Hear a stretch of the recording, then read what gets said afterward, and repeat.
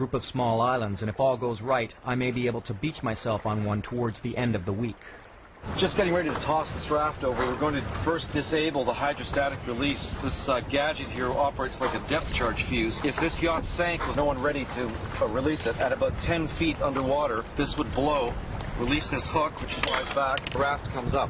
But the way we're launching it, we're going to chuck it overboard, so we'll do it manually.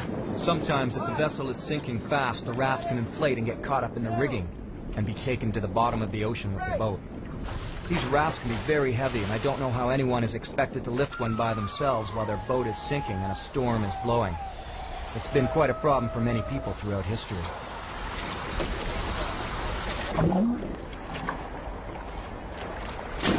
But the sailor's rule of thumb for life rafts is that you should only use it when you actually have to step up to climb in. The raft is opened upside down, a common occurrence. Hopefully the few supplies it comes with haven't fallen out or been soaked by the salt water. In an emergency, a boat can take just seconds to sink. You can't imagine how hard it must be to get into a raft like this in a heaving, stormy sea at night.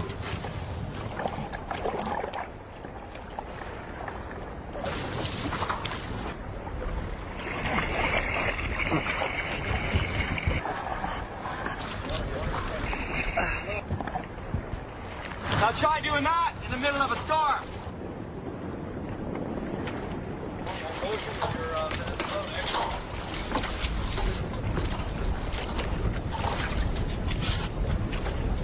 You're gone. There goes Les. Now the crew leaves me to drift, alone. They'll try to keep track of me throughout the week. My fears: dehydration, sunstroke, and sharks.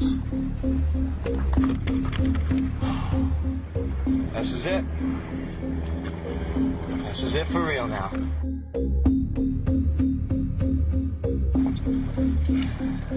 I'm sure the reality is going to sink in any minute now.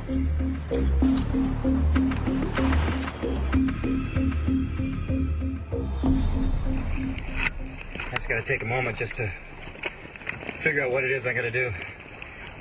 Well, actually I know what it is. The first thing I got to do is get all this water out of here. Get myself as dry as possible, as quickly as possible. It's a great raft, but it's already leaking badly through the floor, which means I'll be bailing constantly.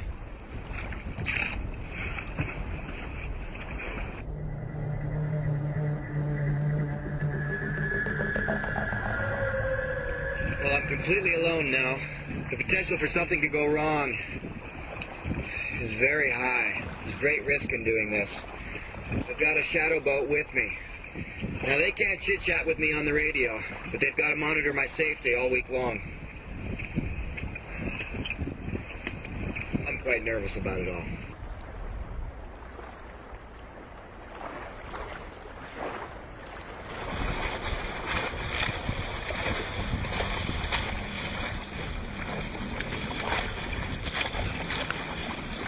Well, it's not hard to figure out what you do in a situation like this. I mean, you either want to try and attract attention by signaling somehow, or you want to hit land. Obviously, I'm not going to be trying to attract attention. What I'm going to hope for is that there are keys,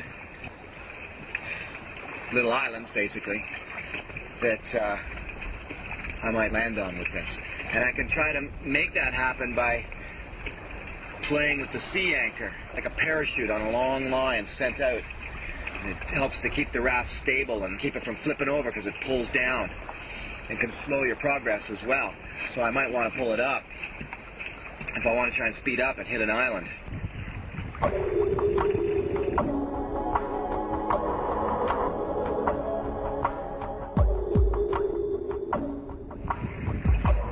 Alright, well, let's take a look at the construction of this raft.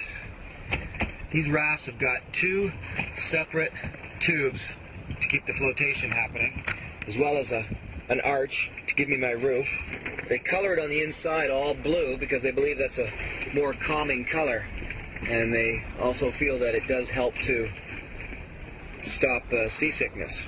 Got a zipper at the back of it to help air go through, and also a rain catch. It's not attached right now, but this is the water bladder This little tube attaches to the rain catch.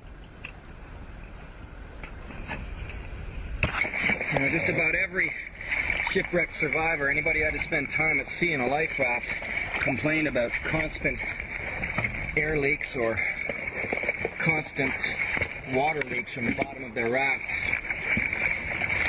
Just so happens, I've got both.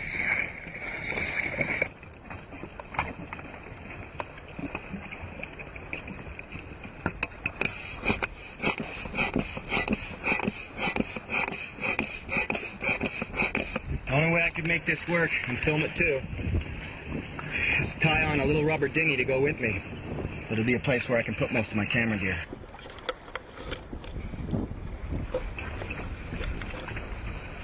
Wind has died right down and the sun is going down. Soon it'll be dusk, which has the horrible nickname of the sharking hour. Sharks get much more active at dusk and at dawn when they're feeding. I think what I'm going to have to do for the night is climb into the little blue dinghy